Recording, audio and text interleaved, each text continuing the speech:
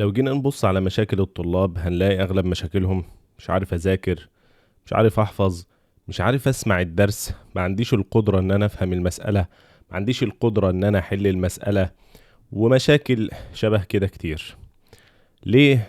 إيه اللي حصل لنا؟ دماغنا باظت؟ يا ترى اللي بيشرح لنا مش عارف يشرح؟ يا ترى إحنا بناخد منهج أكبر من دماغنا؟ يا ترى أسئلة كتير إن شاء الله بإذن الله هنجاوب عليها في الفيديو ده، فخليك معايا. السلام عليكم ورحمة الله وبركاته. بسم الله والحمد لله والصلاة والسلام على رسول الله صلى الله عليه وسلم.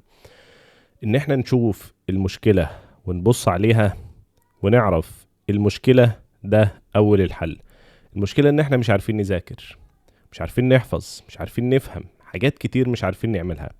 يا ترى إيه السبب اللي بيخلينا مش عارفين نذاكر ولا نحفظ ولا نفهم ولا أي حاجة من الحاجات دي؟ يا ترى زي ما قلنا اللي بيعلمنا مش عارف يعلمنا؟ يا ترى المنهج اللي احنا بناخده اكبر من دماغنا؟ يا ترى انا بحثت ودورت وتلاقيت الحل الحمد لله. لا، مش اللي واجي في دماغك، ده حاجة تانية خالص. انت مش هتتوقع ان هو ده السبب ورا عدم المذاكرة والحفظ والفهم والحاجات دي كلها. عارف ايه السبب؟ السبب هو المعاصي. هتقولي المعاصي؟ ازاي المعاصي؟ ايه اللي جاب المعاصي في المذاكرة؟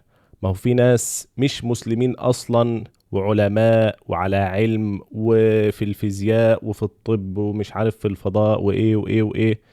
استنى عليا بس وانا هفهمك كل حاجة بإذن الله. اولا، انت كواحد مسلم ربنا سبحانه وتعالى بيديك على قد ايمانك. يعني ايه على قد ايماني؟ يعني ايه ربنا سبحانه وتعالى بيديني على قد ايماني؟ هقول لك، خليك معايا.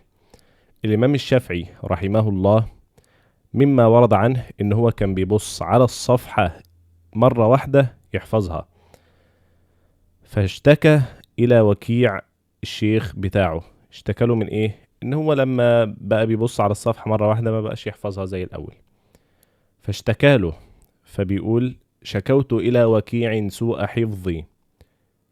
الإمام الشافعي بيشتكي لشيخه الإمام وكيع، بيقول اشتكيت له سوء حفظي. رد عليه قال له إيه؟ فأرشدني إلى ترك المعاصي. قال له ابعد عن المعاصي، وقال: إن العلم نور ونور الله لا يهدى لعاصي.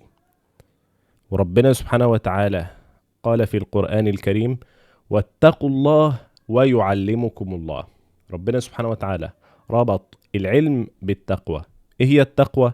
التقوى ان انا ابعد عن المحرمات واسمع كلام ربنا سبحانه وتعالى في الطاعات. يبقى انت كل ما هتقرب من ربنا سبحانه وتعالى اكتر، كل ما ربنا سبحانه وتعالى هيعلمك اكتر. طيب، ازاي الناس اللي مش مسلمة والناس اصحاب المعاصي ربنا سبحانه وتعالى فاتح عليهم زي ما احنا شايفين كده؟ هقول لك ان ده اسمه استدراج. ربنا سبحانه وتعالى بيستدرجهم. ربنا سبحانه وتعالى قال في القرآن الكريم عن بعض الناس: فلما نسوا ما ذكروا به فتحنا عليهم أبواب كل شيء. ربنا سبحانه وتعالى ما بيظلمش. اللي هياخد الدنيا مش هياخد الآخرة. ممكن ناس تاخد الدنيا والآخرة، ممكن ناس ولا تاخد الدنيا ولا تاخد الآخرة. بس لما واحد يكون بعيد عن ربنا سبحانه وتعالى خالص وربنا فتح عليه، اعرف ان ده استدراج. ربنا سبحانه وتعالى قال: فلما نسوا ما ذكروا به فتحنا عليهم ابواب كل شيء. فانت لو انت شايف واحد عاصي، واحد مش مسلم اصلا وربنا فتح عليه، ده ابتلاء. ما تفكرش ان دي حاجة كويسة. ليه؟ طيب احنا لما بنيجي نذاكر او بنعمل حاجة بنحس بتعثرات، لأن ربنا سبحانه وتعالى بيحبك. ربنا سبحانه وتعالى عاوزك ترجع له. الإنسان المسلم اللي لما يجي يعمل حاجة ويشوف فيها تعثرات بيعمل ايه؟ تلقائيا بيرجع لربنا سبحانه وتعالى. طيب الإنسان التاني خلاص ربنا سبحانه وتعالى أعلم بعباده. ربنا سبحانه وتعالى علم إن الإنسان ده مش هيرجع، خلاص هو خد الطريق الغلط، فخلاص ربنا سبحانه وتعالى هيفتح عليه عشان يفكر ان هو صح، والعياذ بالله يجي في الاخر يتفاجئ. ربنا سبحانه وتعالى قال: قل من كان في الضلالة فليمدد له الرحمن مدا. فانت احمد ربنا سبحانه وتعالى على النعمة اللي انت فيها، وابعد عن المعاصي عشان تنجح في حياتك وعشان تنجح في آخرتك.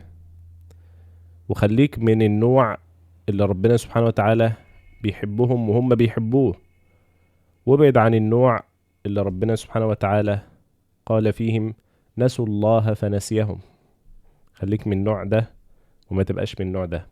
نسأل الله عز وجل أن يرزقنا وإياكم العلم النافع.